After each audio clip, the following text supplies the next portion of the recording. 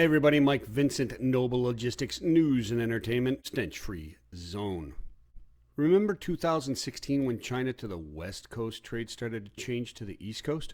Anyone? Here the Panama's third lane opened.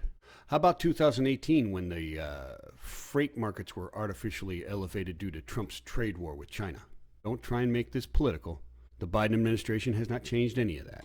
Anywhere but China shoring has been going on for far longer than since the pandemic.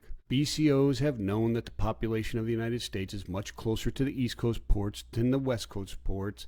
Since geography, somewhere in middle school maybe? Why do you think the Panama Canal widening project happened in the first place? Rising labor costs and the knowledge of China's intention to eventually, and ability, to weaponize supply chains and manufacturing its economy have been known for years. It takes a long time to steer the supply chain ship and change its direction.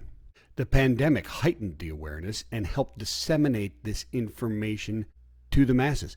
It exposed the obvious flaws in our supply chain and the ability for certain communist nations to be able to weaponize manufacturing and the economy.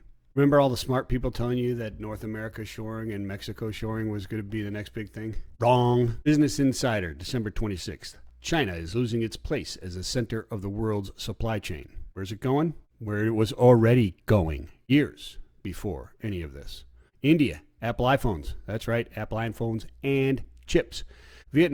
Vietnam's been building out their infrastructure for years, since 1986. $31.5 billion in foreign investment into manufacturing infrastructure the year before the pandemic hit. Apple iPhones and MacBook are also Vietnamese already. Let's see, Nike, Adidas, Samsung, China to Vietnam prior to the pandemic. Thailand, now the second largest economy in Asia.